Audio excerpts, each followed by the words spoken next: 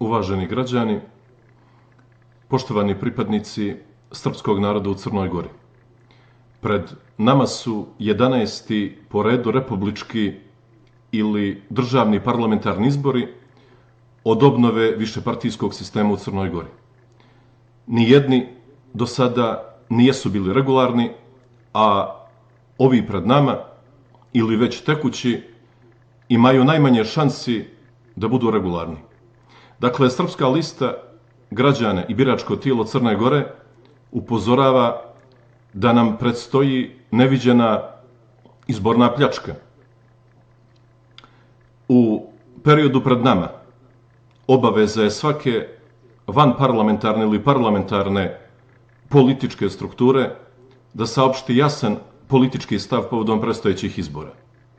Koristim priliku da to danas na početnoj, prvoj u nizu konferencija za novinare povodom predstojeće kampanje Srpske liste saopštim i da pozicija naše političke organizacije bude potpuno jasna. Nećemo rizikovati mogućnost da budemo generali nakon bitke, a ovih dana bit ćemo veoma jasni povodom toga šta su naša predviđanja i prognoze predstojećih događaja.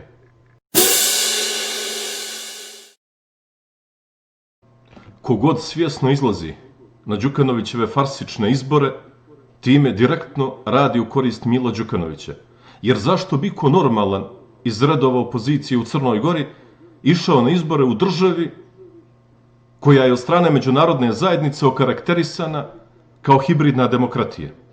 Zašto iko normalan i ko stvarno jeste protiv Đukanovića ide na već unaprijed namještene izbore opet u državi jedinoj u Evropi i svijetu u kojoj se progone pravoslavni hrišćani u 21. vijeku 2020. godini?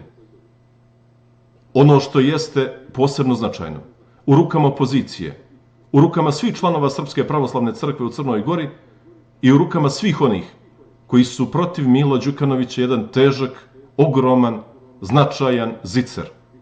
A to je Zakon o slobodi vjeroispovijesti koji dok se ne povuče nema izbora u Crnoj Gori.